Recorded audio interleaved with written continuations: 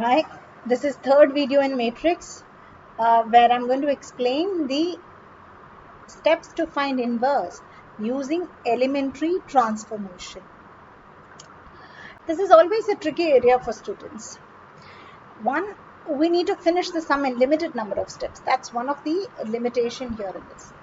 Now listen, inverse. Now let's see what is inverse is.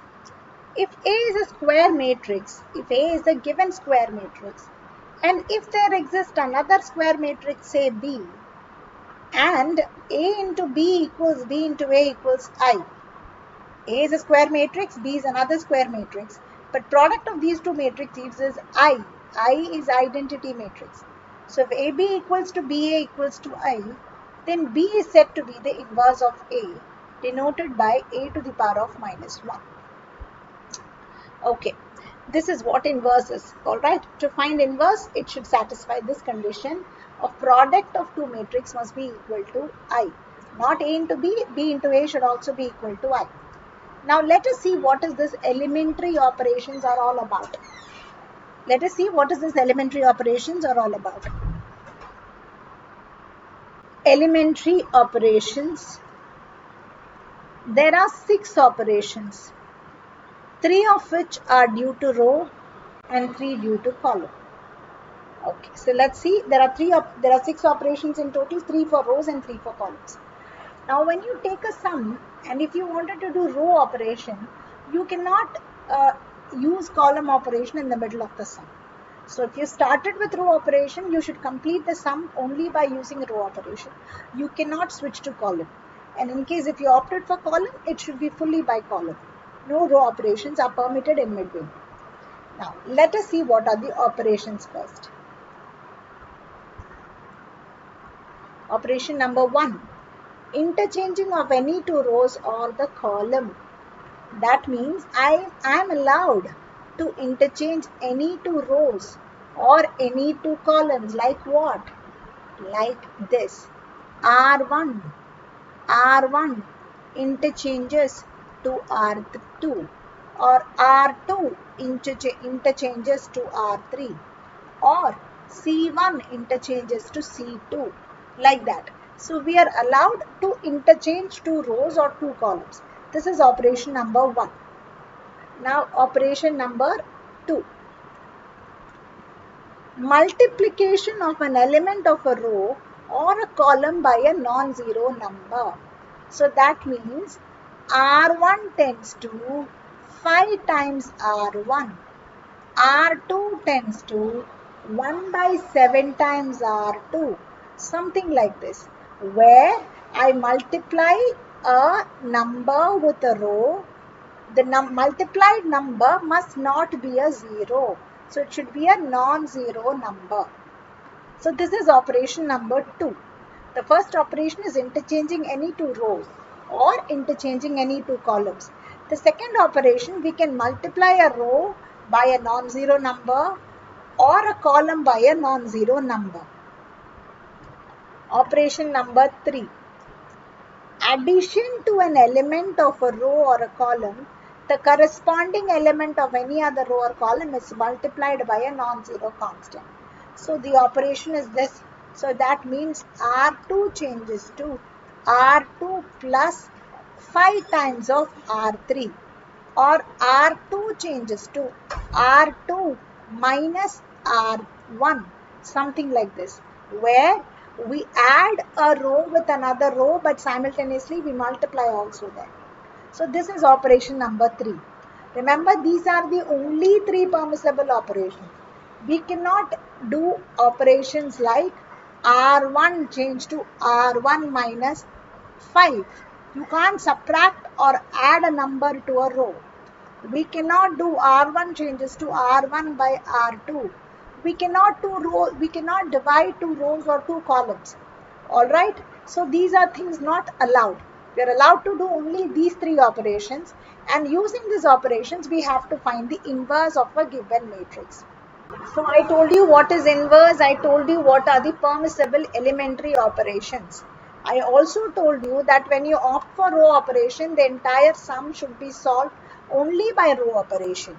And if you're opting column operation, you should solve the whole sum only by column operation. The next important key point is that the maximum number of operations must be 4 in a 2 by 2 matrix, and a maximum number of operations in a 3 by 3 matrix must be 9. Steps should not exceed this. If the steps exceeds this, then the sum will not be valued.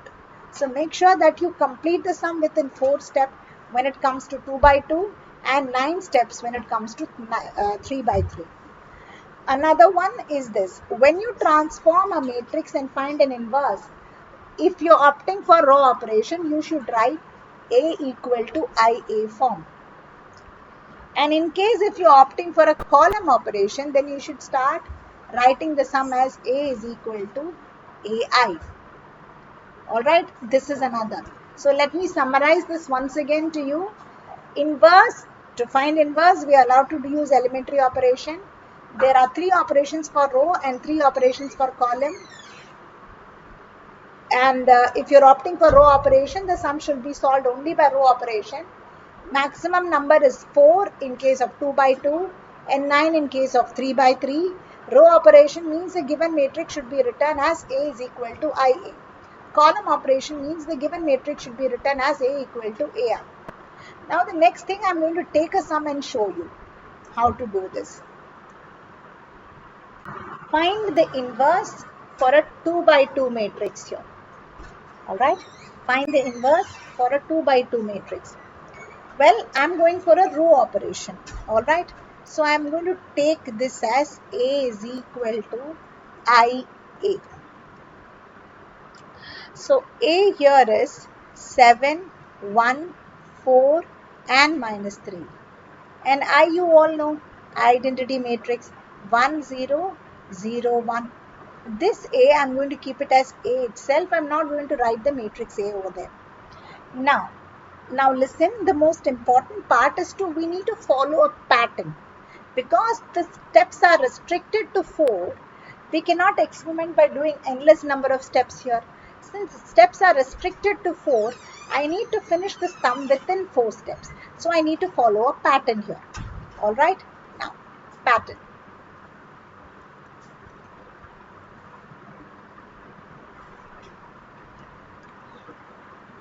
Focus on the first element. Try to get 1 in the place of the first element. And then, so I'm focusing to get 1 here. Then focus on this A21 element and I want to get a 0 here. So I'm aiming for this element to get a 0 here. Then I'll focus over here to get 1. So I move to this element. Then I'll come to this element. So if I'm going for row operation, my pattern will be this, this and this. So that means within 4 steps I can complete the sum. Now why am I transforming this to an identity matrix? That's the next question that I have in my mind. Why are we changing this into an identity matrix? Remember, when you transform this into 1, 0, 0, 1, the I that is over here will get transformed into something, a new matrix. When you plan to transform this one into an I matrix, the I that was on the other side will change to a new matrix. Now consider that new matrix as B. Now if A into B equals to I, then B is the inverse of A, right? B is the inverse of A. So we plan to convert the given matrix into an I matrix. The I that we consider will transform into some other matrix. Alright, and which is the inverse of us. So let's start.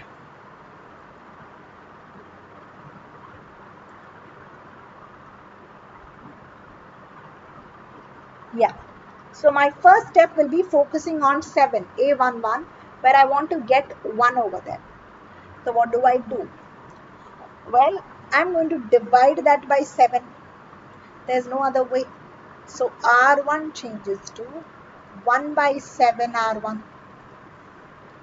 When I apply an operation, it gets applied on both sides. So this will be 1 by 7 and 4 and minus 3 as it is. because that's the next row. This will become 1 by 7, 0, 0 and 1. 8.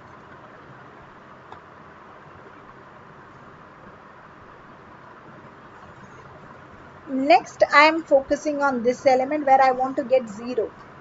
To get 0, I need to multiply. I am going to use an operation where R2 changes to R2 minus 4 times of R1.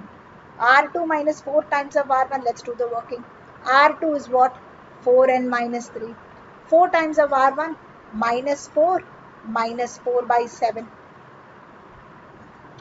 0, and over here minus 3 minus 4 by 7. So minus 25, 21, minus 25 by 7. So I get 1 by 7, 0 and minus 25 by 7. And over here what will happen? R2, which is 0 and 1, minus 4 times R1, minus 4 by 7 and 0. 0 minus 4 by 7 minus 4 by 7 and 1 minus 0 is 1. So 1 by 7, 0 minus 4 by 7 and 1 into it. Now my focus is to change this element to 1. So what do I do? R2 changes to minus 7 by 25 times of R2. So that means I get 1 by 7, 0, 1. And when I apply that over here, 1 by 7, 0, minus 4 by 7 into minus 7 by 25. 7 get cancelled, I get 4 by 25. So this is 4 by 25. And over here, 1 into minus 7 by 25, which is minus 7 by 25. So this is applied on R2. Alright. Now next step is to make this into 0. How to do that? Okay. R1 changes to R1 minus 1 by 7 times of R2. Alright, R1 changes to R1 minus. So if I do that, my R1 was 1 and 1 by 7. Right? And R2 is 0 and minus 1 by 7. So obviously I get 1 and 0. Right? So I get 1, 0, 0, 1 over here. Let's apply the same operation on the other side. So R1, which is 1 by 7 and 0, and 1 by 7 of this, that will give me minus 4 by 7 into 25. And over here, plus 1 by 25. Right? So we get 1 by 7 minus 4 by 7 into 25, and here 1 by 25. And I'm going to take 1 by 7 common out. So 1 minus 4 by 25. So 1 by 7 times of 21 by 25.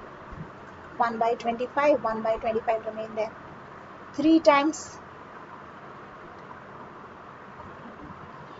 So this will be 3 by 25. So 1 by 7. Oh no, 1 by 7.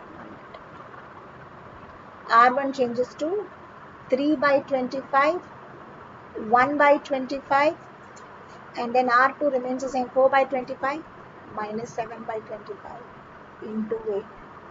Now A into a new matrix AB equals to I. So therefore A inverse equals to B, which is 1 by 25 times of 3, 1, 4 and minus 7. Hope you understood this. In next video, I'll show you how to transform a 3 by 3 matrix to a inverse.